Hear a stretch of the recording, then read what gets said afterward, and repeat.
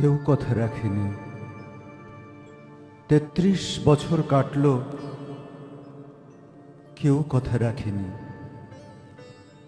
ছেলেবেলায় এক বষ্টমী তার আগমনী গান হঠাৎ থামিয়ে বলেছিল, শুক্লা দ্বাদশীর দিন অন্তরাটুকু শুনিয়ে যাবে।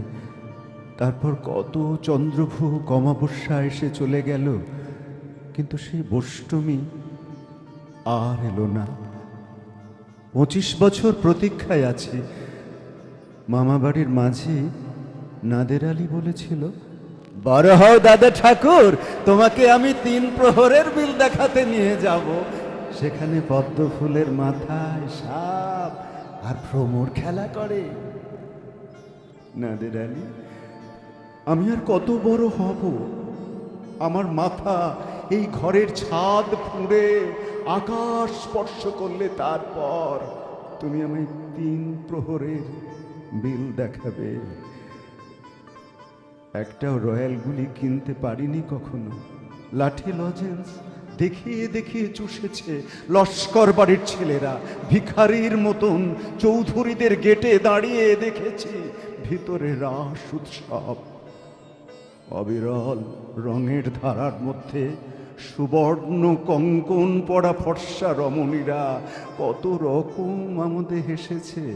আমার দিকে তারা ফিরেও চায়নি। বাবা আমার কাঁধ ছুঁয়ে বলেছিলেন, দেখিস একদিন আমরাও।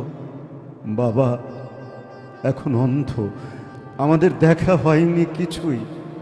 সেই রয়্যাল গুলি, সেই লাঠি লজেন্স, সেই রাস উৎসব আমায় কেউ ফিরিয়ে দেবে না।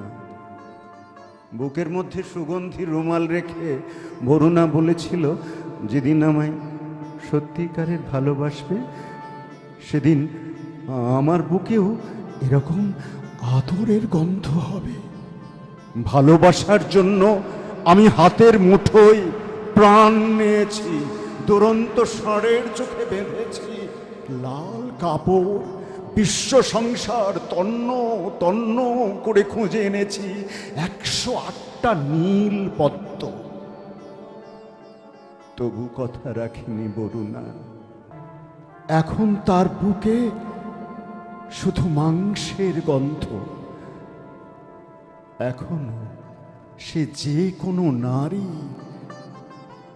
কেউ কথা রাখেনি।